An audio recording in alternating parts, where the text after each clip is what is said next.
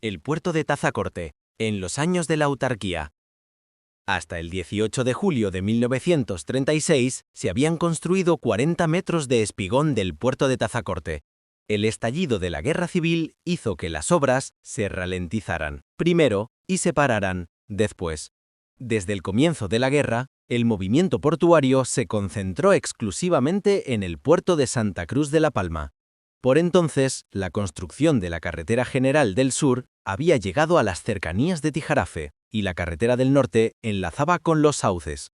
El alcalde de Tazacorte justificaba la decisión de las autoridades del nuevo régimen argumentando el escaso número de buques que cubrían el servicio con la capital de la provincia,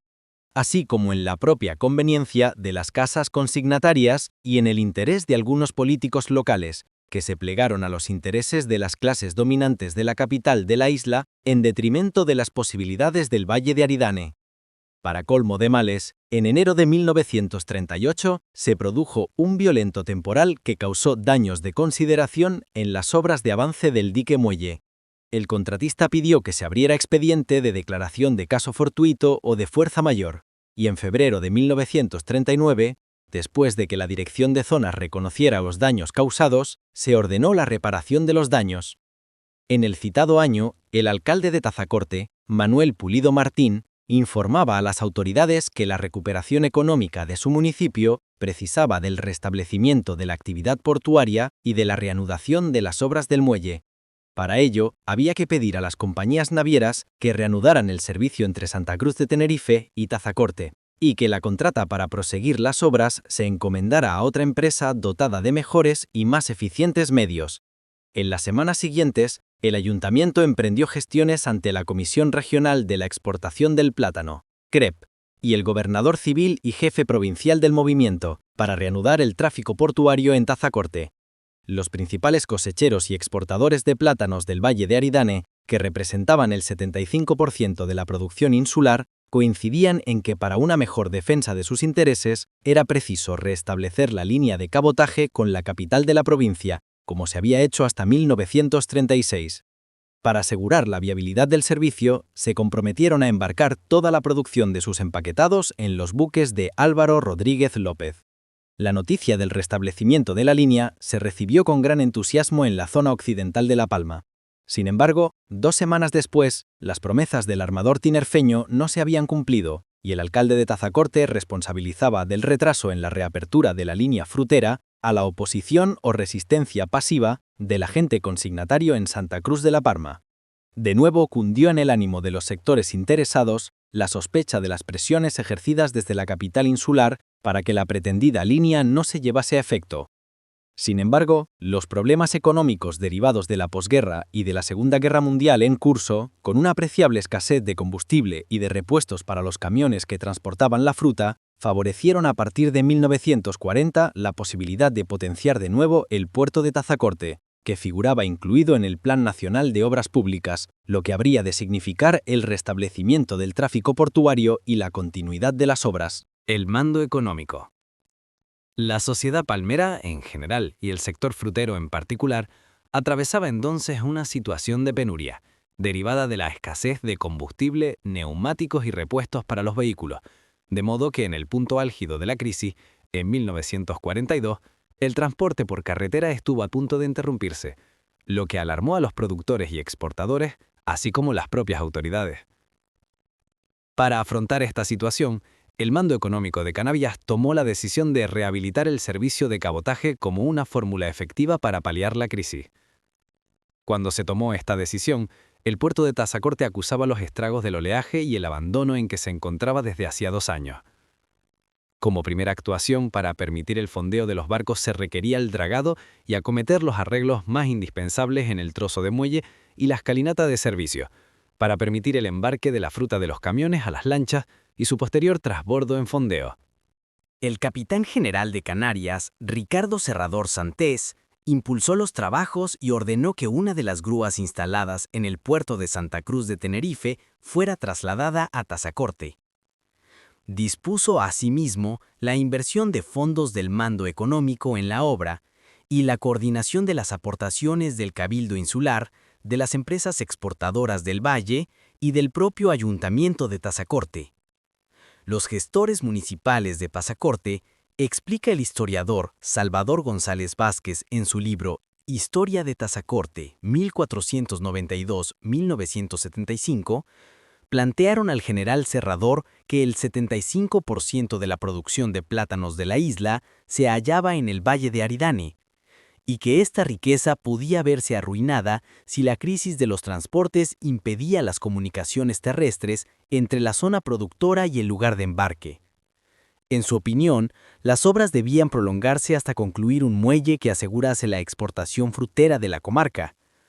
Además, el ayuntamiento estimaba en cerca de 3 millones de pesetas anuales el ahorro en carburante y material de transporte que se podía conseguir si la exportación se realizaba permanentemente por la salida natural del Valle de Aridane. En este periodo autárquico de acusado nacionalismo económico, los argumentos de los municipios de Tazacorte llamaron la atención sobre el hecho de que el 80% de los gastos en gasolina, cubiertas, aceite, camiones y otros utensilios revertían en el extranjero.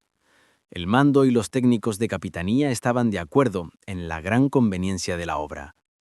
El empeño puesto por la primera autoridad militar sorprendió gratamente a las autoridades y al propio pueblo, hasta el punto de que el general Serrador fue nombrado hijo adoptivo en sesión plenaria del 17 de agosto de 1942 por el cariño y comprensión mostrado a Tazacorte.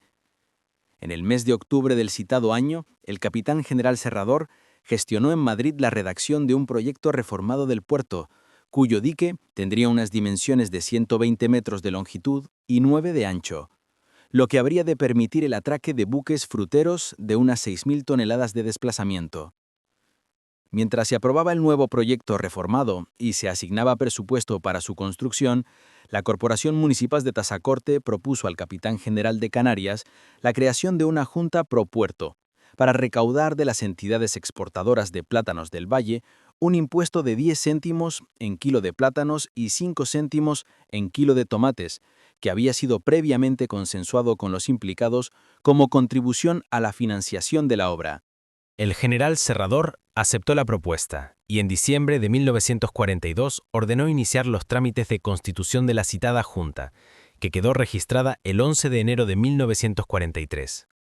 En el mes de abril, el Ayuntamiento de Tazacorte, por su parte, se comprometió a aportar una prestación de personal y de transportes, que obligó a todos los vecinos mayores de 18 años y menores de 50 a trabajar de forma gratuita durante 15 días al año en las obras complementarias para la construcción del muelle. De las vicisitudes sufridas por los promotores del puerto de Tazacorte se cuentan episodios de interés y otros curiosos, demostrativos del empeño que ponían en sus acciones que bien merecen ser citados. Cuando el teniente de alcalde Toribio Rodríguez y un grupo de incondicionales visitaron al capitán general de Canarias, este les preguntó quién respondería de la ejecución del puerto, cuyo proyecto había sido diseñado por ellos mismos y en el que había participado, de manera destacada, Antonio Pérez, contable de Armando Llanes. El general Serrador escuchó la siguiente respuesta: «Nosotros responderemos con nuestras propias vidas. Si la obra no sale adelante, nos fusila». El proyecto de Toribio Rodríguez, realizado sin ayudas técnicas, ubicaba el muelle al norte del barranco de las Angustias. Parte del risco del Time sería volado con dinamita para protegerlo de los tiempos reinantes del NO y la escollera caería supuestamente donde hacía falta. El proyecto no prosperó porque, como aún dicen en Tazacorte, los de Santa Cruz de la Palma no querían la obra y una noche se llevaron la dinamita. De pronto surgió un grave imprevisto. El repentino fallecimiento del general Serrador, el 23 de enero de 1943, debilitó las relaciones de Tazacorte y el mando económico. La corporación municipal temió entonces que los enemigos que siempre había tenido el progreso del occidente palmero aprovecharan la situación para paralizar la construcción del puerto. En marzo del citado año, el alcalde de Tazacorte avisaba al nuevo capitán general de Canarias, Francisco García Escames, de que la principal empresa exportadora del Valle de Aridane, la Corporación Agrícola de Argual, había encomendado a un criado para que recogiera firmas de otros cosecheros de la zona alta con la finalidad de coaccionar las órdenes que había dejado el general Serrador. Se protestaba por el impuesto de 10 céntimos en kilo de plátanos que se pretendía recaudar para la construcción del muelle. mientras que otro de los mayores propietarios del municipio, Silvestre Carrillo, residente en la capital insular, presentó una reclamación ante la Delegación de Hacienda solicitando que se suprimiesen del presupuesto de 1943 del ayuntamiento las cantidades que figuraban en gastos para atender las obligaciones de la contrata de las obras del puerto de Tazacorte. El general García Escames reaccionó con contundencia y cursó una comunicación al comandante militar de La Palma, coronel Valeriano Rubio, indicándole que no estaba dispuesto a que prosperasen estos turbios manejos en contra de lo dispuesto por el mando económico, considerando que se trataba de un acuerdo que fue unánimemente aplaudido por todos los organismos que en él tomaron parte. Y ahora, sin duda al faltar mi antecesor, creen que les ha de ser fácil el volverse atrás en lo pactado. Asimismo, cursó instrucciones para que éste se pusiera en contacto con el alcalde de Tazacorte y le informase con detalle de cuánto ocurría, así como que comprobase personalmente lo denunciado e igualmente averiguase si el encargado de recoger las firmas lo hacía de forma espontánea o a los dictados de quien obedece,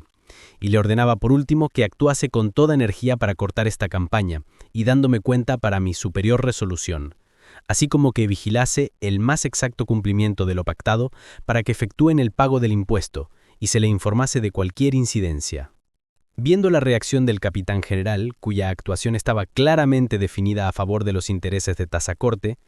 la protesta de los agricultores de los llanos de Aridane y de sus patrocinadores se dirigió entonces al ministro de la Gobernación, Blas Pérez González, quien ya había colaborado con el ayuntamiento aridanense en el pleito que ambos municipios habían entablado por los linderos. A su favor argumentaban que la construcción del puerto no entraña ningún beneficio para la agricultura insular, y que el citado canon había sido impuesto sin la autorización legal correspondiente. A raíz de esta denuncia, las actividades de la Junta Pro Puerto se paralizaron. Sin embargo, después de una visita que hizo el capitán general al valle de Aridane, se ordenó la continuidad de los trabajos. Hasta el mes de abril de 1943 se habían recaudado más de 600.000 pesetas que se emplearon en reparar las averías provocadas por los temporales, así como en aumentar el ancho y la longitud del espigón hasta alcanzar los 50 metros y en la construcción de algunas casetas. Unos meses después, la Delegación de Hacienda y el Gobierno Civil de la provincia abrieron una investigación sobre la legalidad y la contabilidad de la Junta Pro Puerto de Tazacorte. Y mientras que desde el ayuntamiento se insistía en que esta actuación formaba parte de una maniobra contraria a sus intereses y señalaba como inductor al señorío de Argual, excluía de ella la figura de Fernando del Castillo Olivares, por conocer su manera de ser, proceder, actuar y no aparecer. La situación se resolvió con el cese del ingeniero de las obras, que había emitido informes favorables para la construcción del puerto. También fue destituido el teniente de alcalde Toribio Rodríguez Acosta, principal promotor, y en julio de 1943 se ordenó la disolución de la Junta Pro Puerto de Tazacorte. El pulso entonces se había perdido. Publicado en Diario de Avisos, 5 de septiembre de 2004.